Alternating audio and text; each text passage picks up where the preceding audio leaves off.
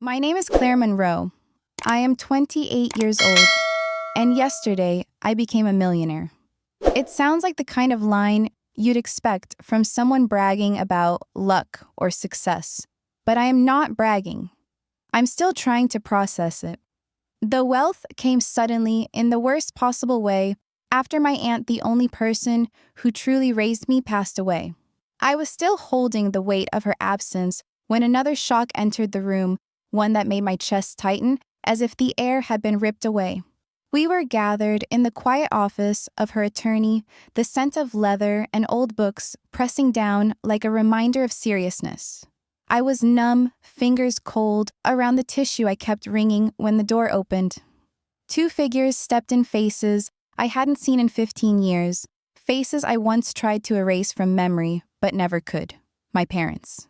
They looked older, worn down by years I hadn't been part of.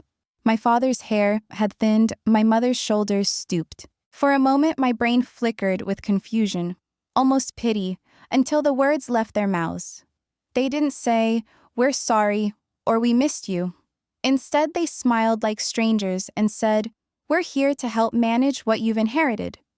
The lawyer froze, his pen hanging above the page. My breath caught. I wanted to laugh, to scream, to walk out of that room, but I just sat there staring at the people who had left me behind without a word.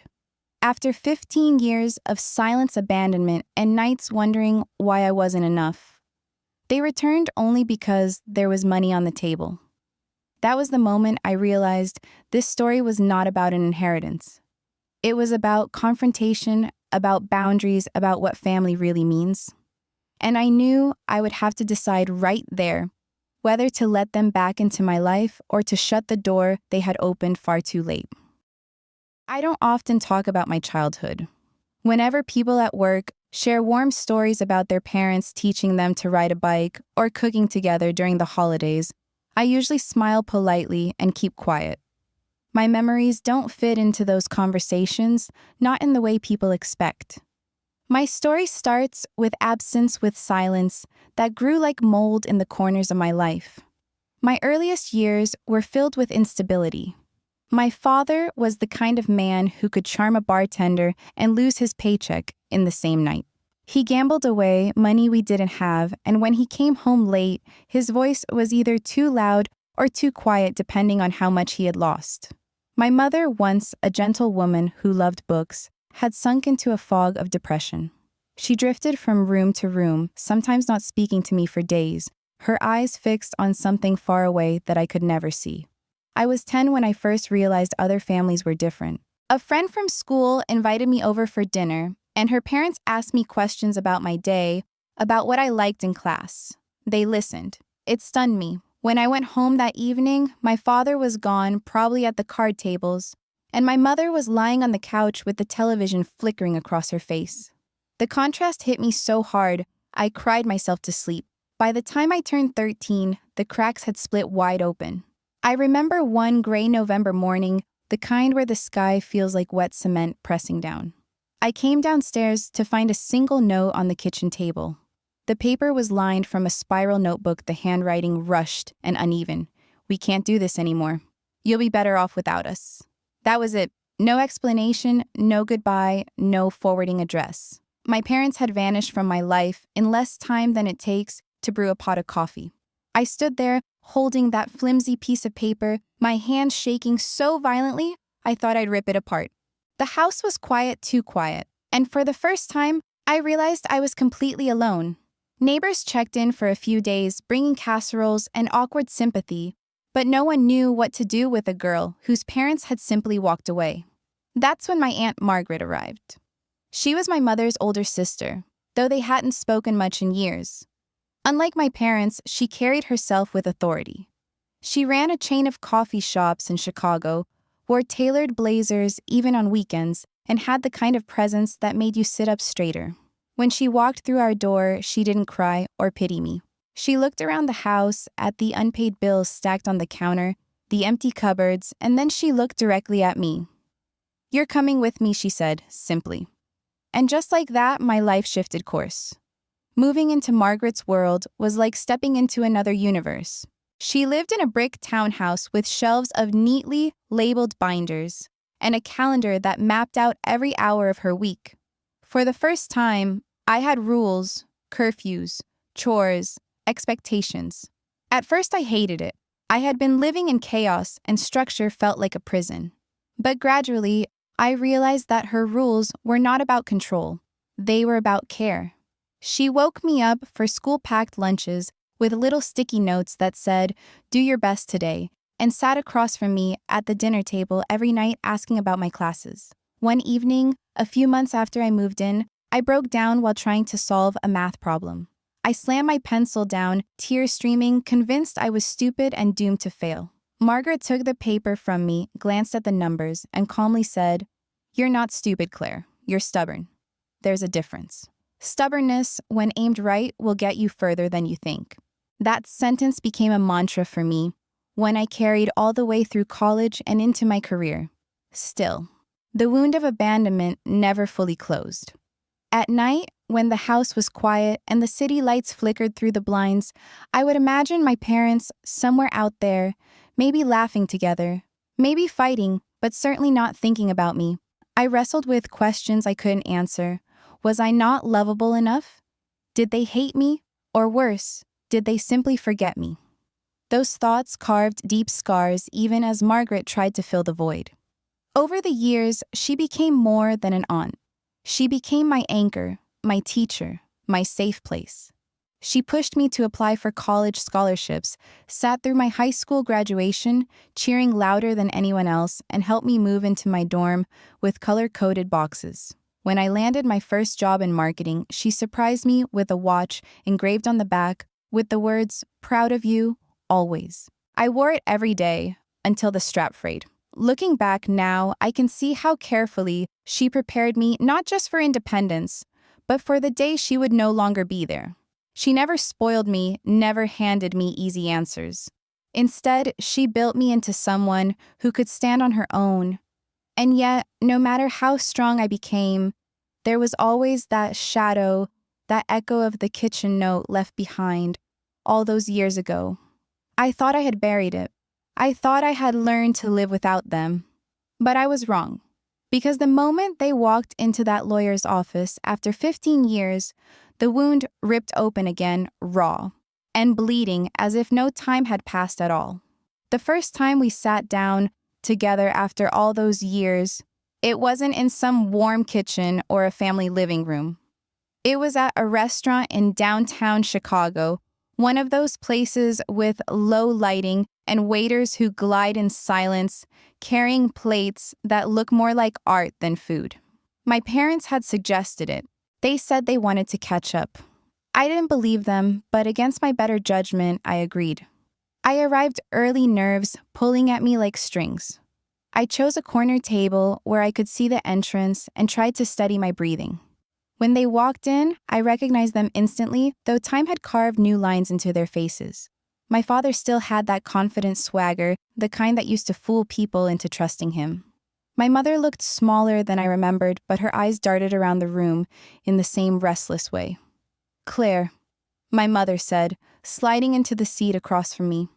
She reached for my hand, and I pulled back instinctively. The air between us tightened. My father ordered a bottle of wine before he even looked at the menu. "It's been too long," he said, flashing the same grin that had once convinced dealers to give him another hand of cards. I wanted to ask them where they had been. I wanted to demand why they left me with nothing but a note, but the words stuck in my throat. Instead, I listened as they told me vague stories about hard times and trying to get better, as if 15 years could be summed up in a few cliches. They asked about my job, about Margaret, about the inheritance, always circling back to the inheritance. Halfway through the meal, my father leaned in. "We know this must be overwhelming, sweetheart," he said, his voice thick with artificial concern. "That's why we're here, to help. You don't want to make financial mistakes so young." My stomach turned. I had worked in marketing for years, managed budgets, survived layoffs, built a career brick by brick. And yet here he was, the man who once lost rent money in a single night, implying I needed him to guide me. Then came the moment I'd been dreading. My mother cleared her throat and said softly, "Your father and we're in a bit of a bind. Nothing serious. Just some debts we need to cover. 100,000 would set things right, for family." Her voice cracked on the word family, as if she wasn't sure she had the right to use it. I felt the sting of tears, not because I pitied them, but because it confirmed what I had feared. They hadn't come back for me. They had come back for the money. I set my fork down, carefully, my hands trembling. "You left me," I said, the words finally breaking through. "You walked out and never looked back. Now you show up because there's money. Do you hear yourselves?" My father's jaw tightened.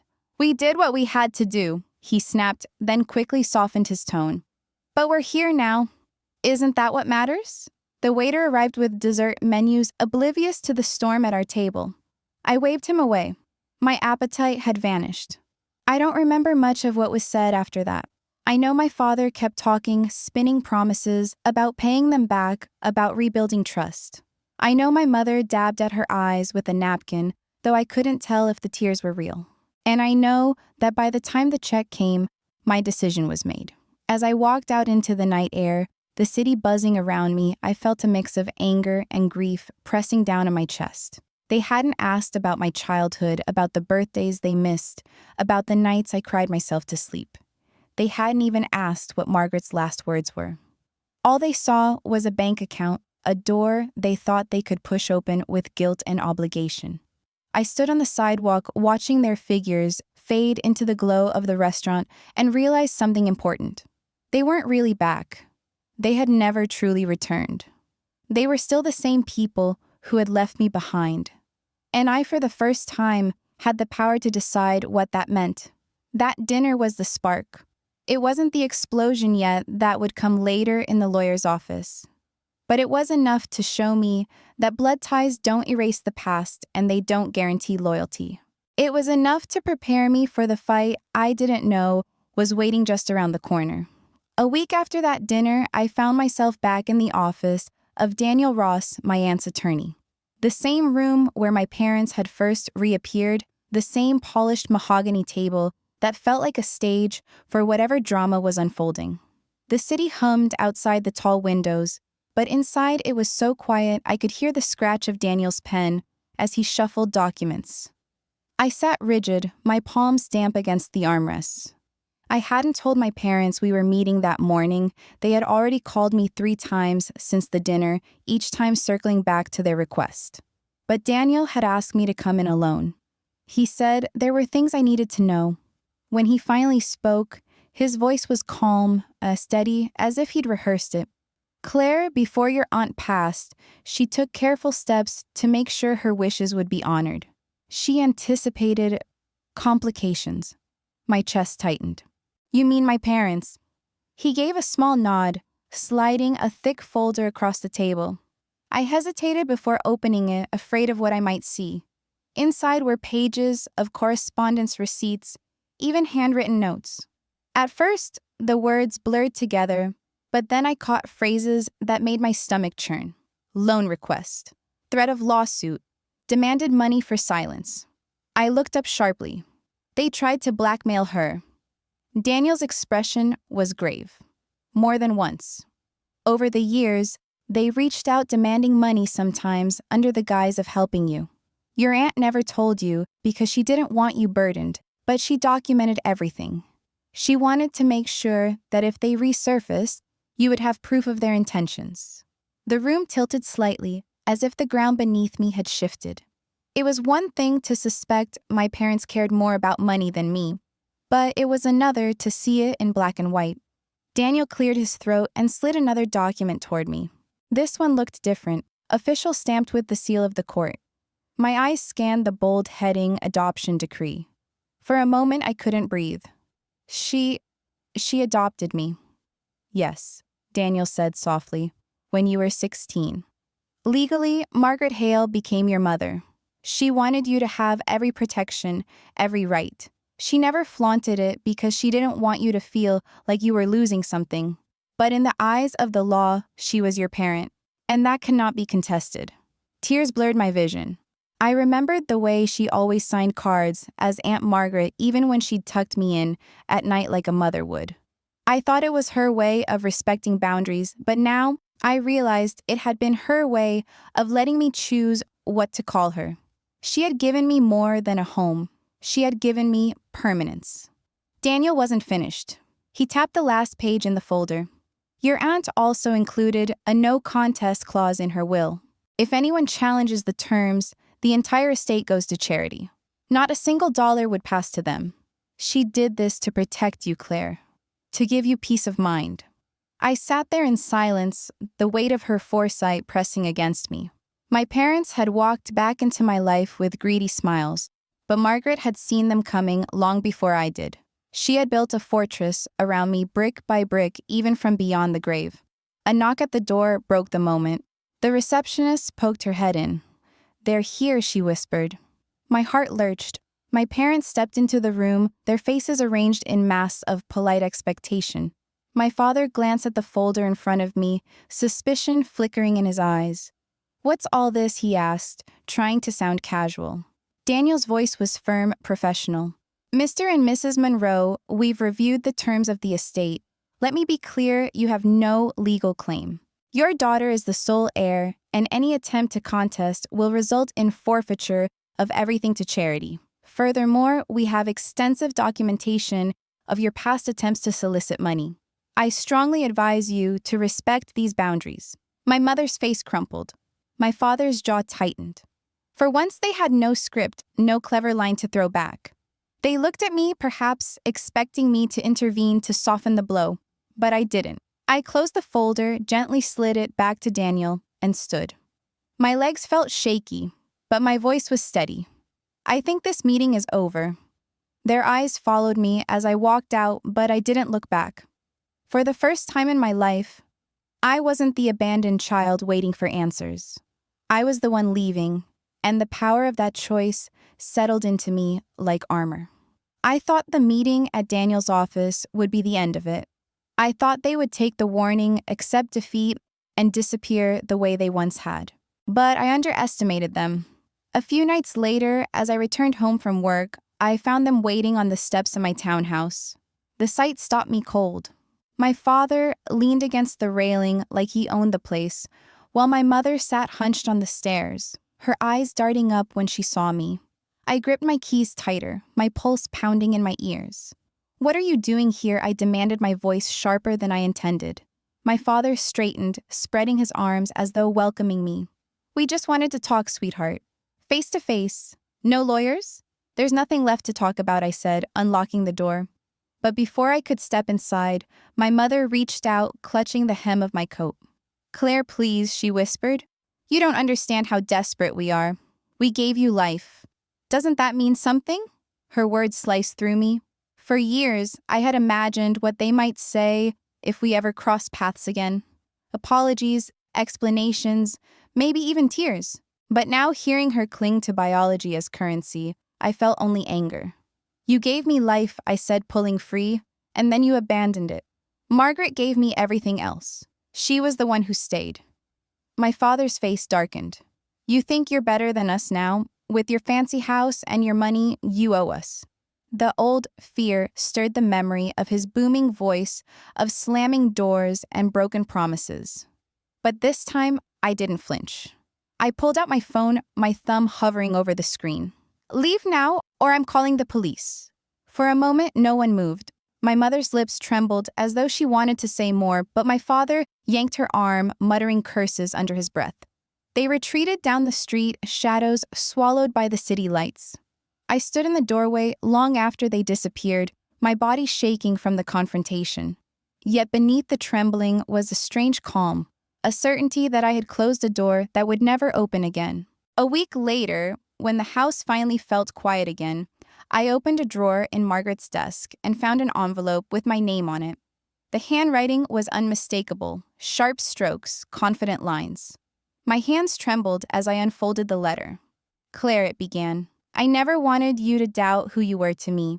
You are not just my niece. You are my daughter, my pride, my joy. If you are reading this, know that I believed in you enough to trust you with everything I built. Not just the business or the money, but the strength to protect yourself and the compassion to protect others. Love, Mom. That single word, Mom, broke me open. Tears blurred the page as I pressed it to my chest. She had given me permanence in life and in death. Today I run her company, but more than that, I founded a scholarship fund for kids who know what abandonment feels like. Because family isn't defined by who leaves. It's defined by who stays. Thank you for watching. If you enjoy these family drama and revenge stories, please subscribe and join me for more every day.